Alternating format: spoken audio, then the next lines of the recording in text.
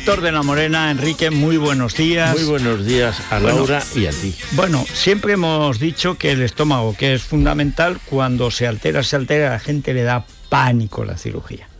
Todo. De cualquier parte del tracto digestivo. Siempre. Ahí la tripa no, parece que si es la espalda, si es un hueso, bueno, exacto. Bien. Pero la tripa... La tripa es la tripa. Eso, sí. Y además es la que además no te deja... Si tienes molestias del tracto digestivo, no te deja ni pensar bien, ni hacer las cosas bien. Porque estás de verdad, todo el rato... Sí.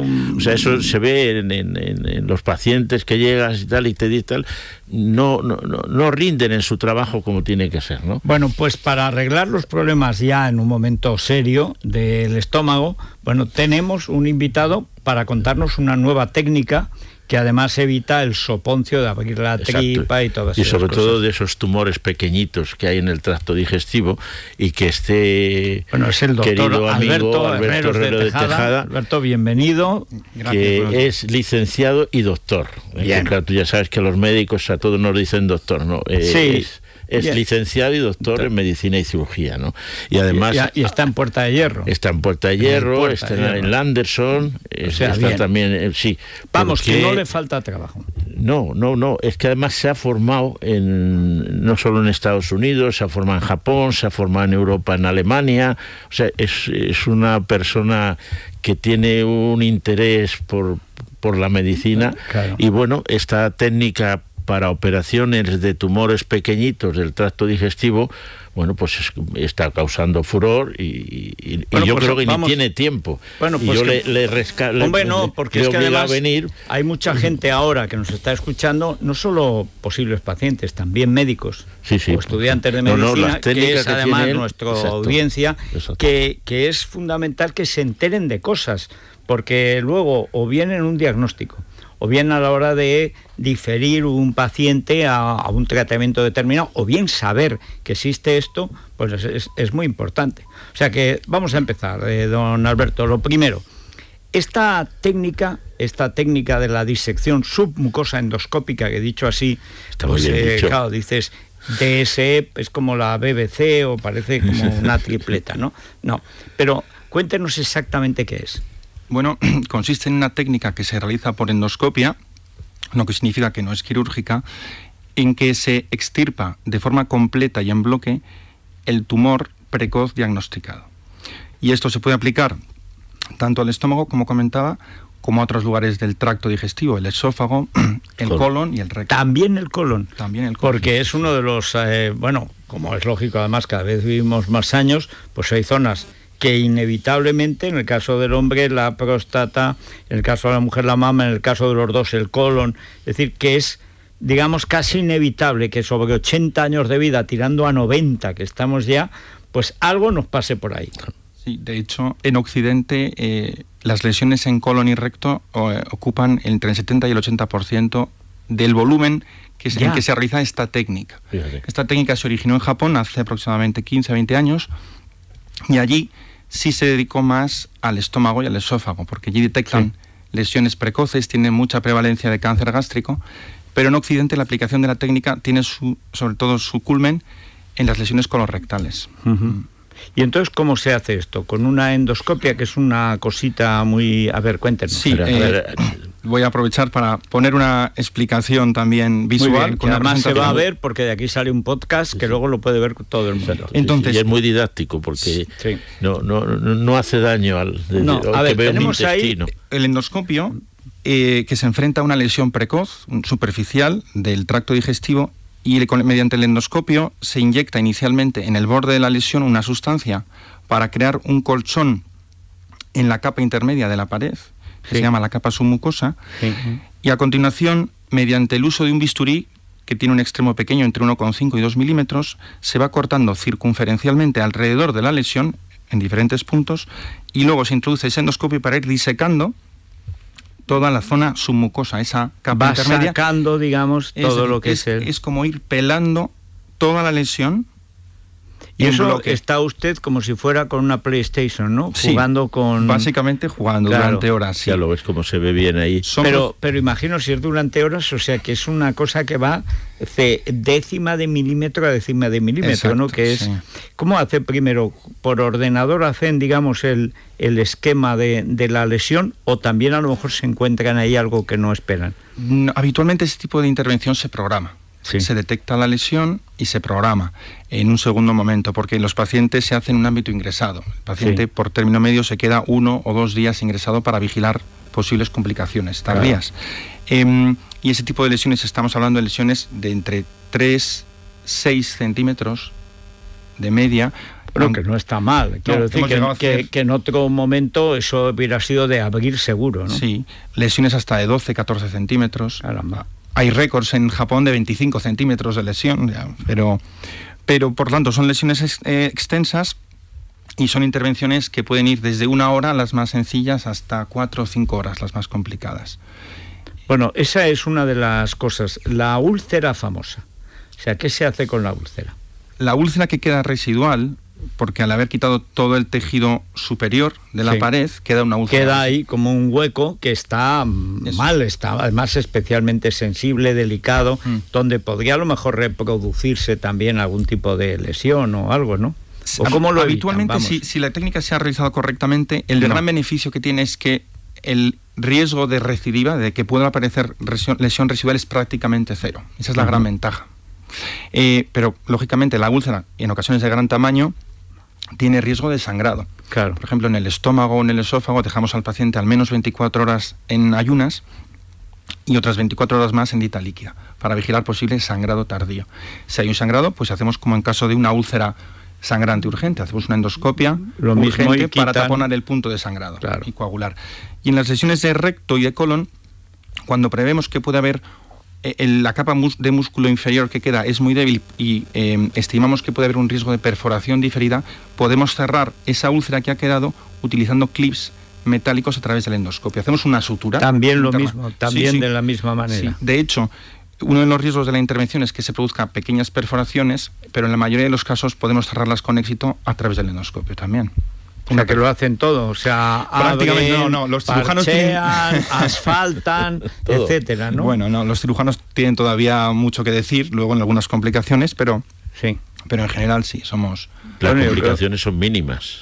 Bueno, Ahí lo que ha puesto un modo de ladrillo es que el paciente es un poco ladrillo, es decir, el paciente se queja, porque la gente tiene muchísimo miedo a ese tipo de intervenciones. Es curioso, más que a lo mejor a la cabeza o a los huesos. Sí, sobre todo en aquellas intervenciones que pueden dejar secuelas importantes. El recto es una zona muy delicada, claro. Al hacer luego la anastomosis, el empalme, el estómago, el esófago. Hay, por ejemplo, casos de pacientes en que por edad y enfermedades crónicas directamente nos vienen ya desahuciados, por decirlo así, porque una intervención quirúrgica supondría prácticamente la muerte, una esofagoectomía, claro, quitar todo el esófago, y el beneficio es muy llamativo. O una persona que hay que quitar todo el estómago, el irse con una úlcera y conservar su estómago, pues es un cambio radical. Bueno, esto ¿desde hace cuánto tiempo lo viene practicando aquí habitualmente en España y cómo ha cambiado, digamos, la percepción? ¿Usted cree que todo el mundo ya lo conoce o realmente hay mucha gente que todavía no conoce la técnica? Bueno, la técnica en España empezó a finales de la década de los 2000, 2008, 2009. En mi caso, yo no fui la primera persona que hizo la técnica en España, pero sí estuve, digamos, en el grupo de cabeza. Yo empecé en el año 2010 a entrenarme, porque yo hice un periodo de entrenamiento en modelo animal, en cerdos. Sí, que es lo más parecido al humano. Sí, en cuanto a estómago y esófago, sí, es bastante parecido. Y en otras cosas el humano es lo más parecido al cerdo también, o sea que... Sí. Sí. Y luego... O sea que lleva menos de 10 años en realidad en esto. La técnica en España sí, en Occidente las primeras personas en Occidente empezaron en torno al año 2005, 2006, Alemania, Italia, los primeros casos que se hicieron, y en Japón llevan desde el año 98, 99. O sea que realmente somos no pioneros, pero sí que estamos como siempre en cirugía en la vanguardia. Sí. ¿Y qué ha notado usted? Primero, ¿cómo se entera la gente de que existe esta técnica? Porque yo creo que buena parte de la aprehensión del enfermo es que, claro, y los propios médicos, que es que cómo se enteran de que esto existe, dónde se aplica, etcétera. Bueno, habitualmente se enteran del boca a boca. Claro. Algún médico que conoce la técnica, algún cirujano, empieza a haber alguna noticia, pero sobre todo son cirujanos, especialistas de digestivo, que conocen la técnica, la vamos conociendo en los congresos nacionales e internacionales. Pero claro, eso es un grupo muy pequeño y eso no son los enfermos. A mí es que me asombra muchas veces que trae el doctor, pues a doctores, a gente eminente, que hay técnicas nuevas y que la gente no tiene ni idea de que existen. Claro, si el enfermo no sabe que existen, y algunos médicos yo creo que tampoco, pues claro, ¿cómo se van a enterar y cómo se van a beneficiar de ese invento, que a veces son cosas que arreglan la vida de una persona, que le salvan la vida realmente? Es difícil. A veces nosotros mismos, en nuestra propia especialidad, desconocemos. Para nosotros las fuentes de información son las publicaciones y los congresos. Claro. Ahora cada vez los enfermos investigan más, utilizan las redes sociales, utilizan Internet, y cada vez más uno se sorprende de cómo pueden llegar a la consulta o acabar en el hospital preguntando específicamente por la técnica. Pero bueno, programas como este pues ayudan a difundirla. Claro, pero sí, ya le he dicho que tiene que escribirnos un articulito para Libertad Digital. Claro, explicando, porque es verdad que aparte de, pues son atavismos que están en la especie. Si a la gente no le gusta que le toquen la tripa, es por algo. O sea, hay algo en la memoria de la especie que dice que la tripa no. O sea, que la cabeza te la pueden romper y se arregla, pero eso no se sabe por qué, y siempre hay alguna razón. Pero hay un elemento psicológico en los pacientes ¿qué es lo que ha sentido usted en estos años, digamos, de tratamiento? La verdad es que estos pacientes... No le han regalado pisos ni cosas No. Pero debe estar agradecido. Han sido muy cariñosos conmigo, los pacientes. Bueno, lo más reconfortante es ver a un paciente 4 o 5 años después haciendo una vida completamente normal, con su estómago, su esófago, su colon en su sitio, y que por edad, en aquel momento, se había descartado cualquier tipo de intervención, y la técnica ha sido tan valiosa. Entonces, bueno, es muy agradable saludarles, verles.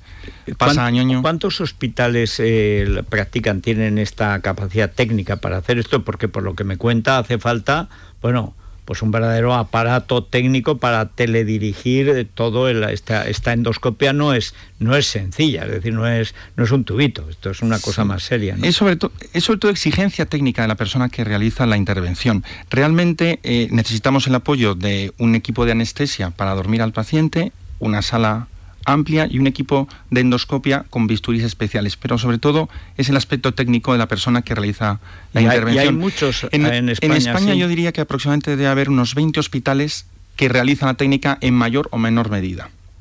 O que se han iniciado. No son demasiados. No son muchos. Y por volumen no hay muchos centros con un volumen importante anual. Estamos en pleno crecimiento de la técnica. Claro. ¿Y usted da clases, entrena, etcétera? Sí, yo participo en cursos nacionales e internacionales para enseñar la técnica y promover el aprendizaje. Bueno, pues es que esto es fundamental, porque claro, por lo que cuenta usted son, no digo 4 gatos, sabios gatos, ¿verdad?, pero muy pocos, dado que son enfermedades, tanto el estómago como sobre todo el colon, que afectan pues a muchísima gente. No, realmente digamos que la demanda es mayor que la oferta, ¿no? Sí, la demanda va a crecer enormemente. Ahora, por comentar un segundo, en Madrid hace pocos meses se ha empezado el programa de cribado de cáncer de colon, que es invitar a personas sanas a hacerse un estudio de heces, y aquellos que tengan sangre en las heces microscópica a hacerles una colonoscopia. El volumen que esperamos de lesiones, pólipos y lesiones candidatas a esta técnica es enorme. Por poner un ejemplo, pero esto se puede extender a todo, pero esto que sí que es la medicina preventiva, que es mucho más barata a la larga que la otra. Sin embargo, tropieza siempre con el hecho psicológico de que hay gente que le da miedo saber si tiene algo. Entonces, en el cribado me parece una gran idea. ¿Cómo consiguen que la gente participe? Bueno, el programa de cribado actual se basa en una carta de invitación y llamada telefónica. Siempre vamos a tener un porcentaje de personas que van a rechazar hacerse cualquier prueba. Es verdad que facilita el que sea un test de entrada poco agresivo, que básicamente que la persona se haga un análisis en su casa y no hay más. Y lleve la muestra.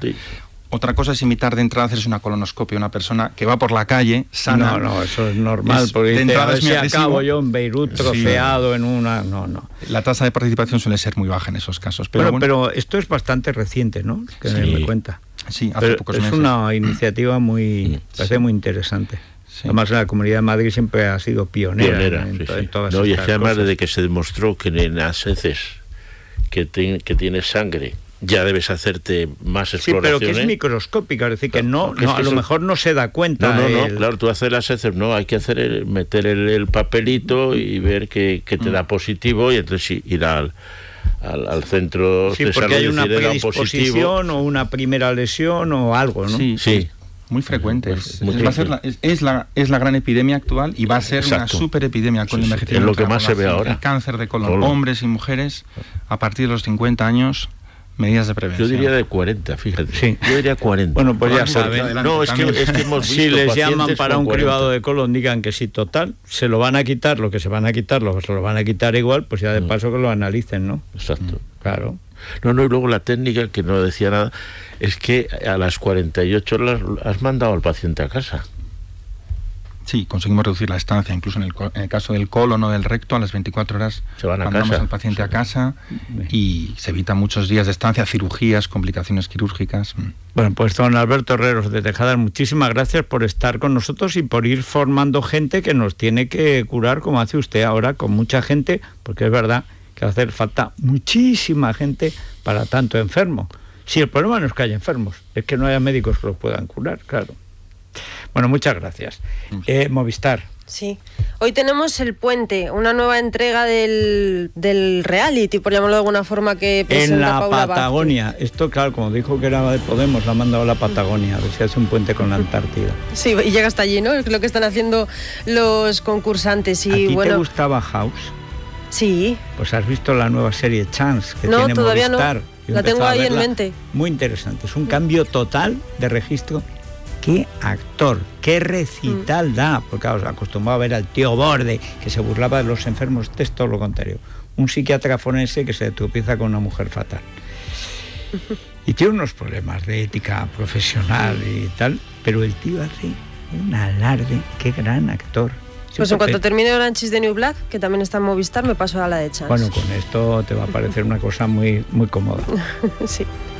Pues una pausa y vamos con el ciclismo y sobre todo cómo comportarse ciclistas y no ciclistas con esto de que te han abierto un montón de vías nuevas para el ciclismo y hay una confusión y accidentes y sí, en las carreteras también, muy peligroso. En todas partes. Es La Mañana de Federico. Es Radio.